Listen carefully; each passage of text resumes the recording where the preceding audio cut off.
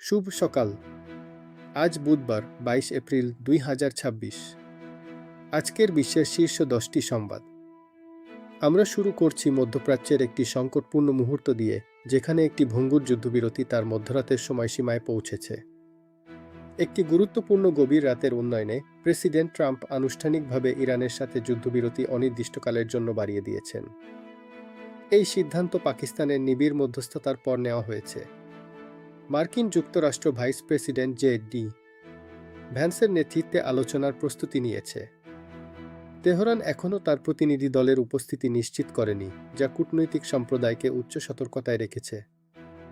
সামুদ্রিক পরিস্থিতি উত্তেজনাপূর্ণ রয়েছে। ইরানি বিপ্লবী গার্ড ট্যাঙ্কারগুলোর জন্য একটি বাধ্যতামূলক ম্যানেজমেন্ট ফি কার্যকর করেছে। এই ফি প্রতি ব্যারেলে প্রায় $1, প্রতি সুপার ট্যাঙ্কারের জন্য আনুমানিক $20 লক্ষ। গুরুত্বপূর্ণভাবে, ইরান আন্তর্জাতিক নিষেধাজ্ঞা এড়াতে ক্রিপ্টোকারেন্সি বা চীনা ইউয়ানে অর্থ প্রদানের দাবি জানাচ্ছে।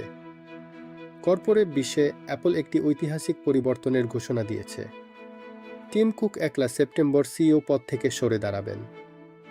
তার স্থলাভিষিক্ত হবেন জন টানাস, যিনি বর্তমানে হার্ডওয়্যার ইঞ্জিনিয়ারিংয়ের সিনিয়র ভাইস প্রেসিডেন্ট।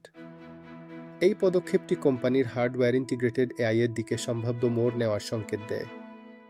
স্পেসএক্স আনুষ্ঠানিকভাবে তার ড্রাফট প্রসপেক্টাস দাখিল করেছে, যা ইতিহাসের বৃহত্তম আইপিও হতে চলেছে। রয়টার্স রিপোর্ট করেছে যে কোম্পানিটি $2 ট্রিলিয়ন ভ্যালুয়েশন লক্ষ্য করছে। খুচরা বিনিয়োগকারীদের জন্য বরাদ্দ রয়েছে। এলন মাস্ক একটি ডুয়াল ক্লাস শেয়ার কাঠামোর মাধ্যমে 75% এর বেশি ভোটিং ক্ষমতা নিজের কাছে রাখবেন। জাপান আনুষ্ঠানিকভাবে 80 বছরের শান্তিবাদী সামরিক নীতি শেষ করেছে। প্রধানমন্ত্রী সানায়ে তাকাইচি এই অনুমোদন দিয়েছেন। জাপান উন্নত নৌ ও ক্ষেপণাস্ত্র ব্যবস্থা সরবরাহের জন্য যুক্তরাজ্য, অস্ট্রেলিয়া এবং ইতালির সাথে আলোচনায় রয়েছে। এখন আমাদের বৈশ্বিক সংবাদ সংক্ষেপে। 6 আজ বিশ্বের 100 কোটিরও বেশি মানুষ 56তম ধরিত্রী দিবস পালন করছে। এই বছরের ফোকাস হল গ্রিন রিয়েলিজম। 7 ভারতের স্বরাষ্ট্র মন্ত্রণালয় রিয়েল টাইম নজরদারির জন্য এআই সংযুক্ত স্যাটেলাইট সিস্টেম প্রোগ্রাম মোতায়েন করেছে। 8 ইউকে পোষা প্রাণীদের মালিকদের জন্য আজ থেকে নতুন ভ্রমণ নিয়ম কার্যকর হয়েছে। প্রথাগত পেট পাসপোর্ট আর ইউতে প্রবেশের জন্য বৈধ নয়। এখন থেকে প্রাণীদের স্বাস্থ্য সনদ বা অ্যানিমেল হেলথ সার্টিফিকেট প্রয়োজন হবে, যা ভ্রমণের 10 দিন আগে সংগ্রহ করতে হবে। 9 এফবিআই পরিচালক কাশ প্যাটেল দি আটলান্টিকের বিরুদ্ধে একটি উচ্চ প্রোফাইল মানহানির মামলা দায়ের করেছেন।